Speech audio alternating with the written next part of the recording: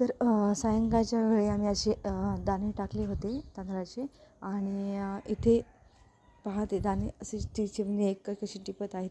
ती चिमणी एकच यामुळे आहे की खूप साऱ्या चिमण्या येत होत्या, पण श्रुतिका त्या चिमण्या आले की ती अशी पळत जायची आणि मग जेव्हा उडल्या तेव्हा तिला खूप आणखी मजा वाटायची. त्याच्यामुळे त्या काय आता मी त्यांचा व्हिडिओ काय माझं चॅनल झाला नाही, पण ती एकच राहिली त्याच्यामुळे तिचा झाला.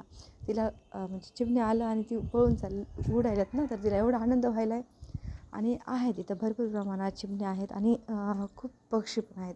हल्ली आपल्याकडे चिमण्या एवढं पाहायला भेटून चालत, कारण फोनमुळं आणि झाडं यामुळे पण चिमण्या आता सध्या नाही आहेत. पण इकडं भरपूर प्रमाणात पक्षी आहेत, झाडे पण आहेत आणि पाणी देखील आहे, त्यामुळे राहत असतील. तर नंतर मग इथं श्रुतिका तिच्या पप्पासोबत असा व्यायाम करत होती. हे पहा, व्यायाम कमी नखरे जास्त. त्याच्यानंतर मग मी स्वयंपाक करायला घेतला.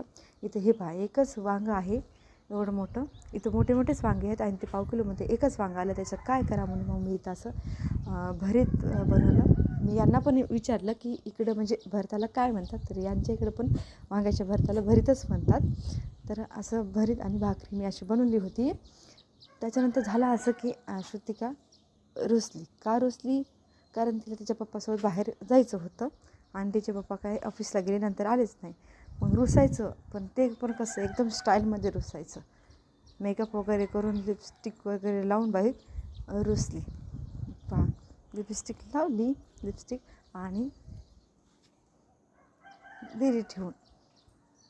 आणि पप्पा का नाही आले मला घ्यायला, मला गार्डनमध्ये जायचं होतं, हे तिचं कारण होतं रुसायचं.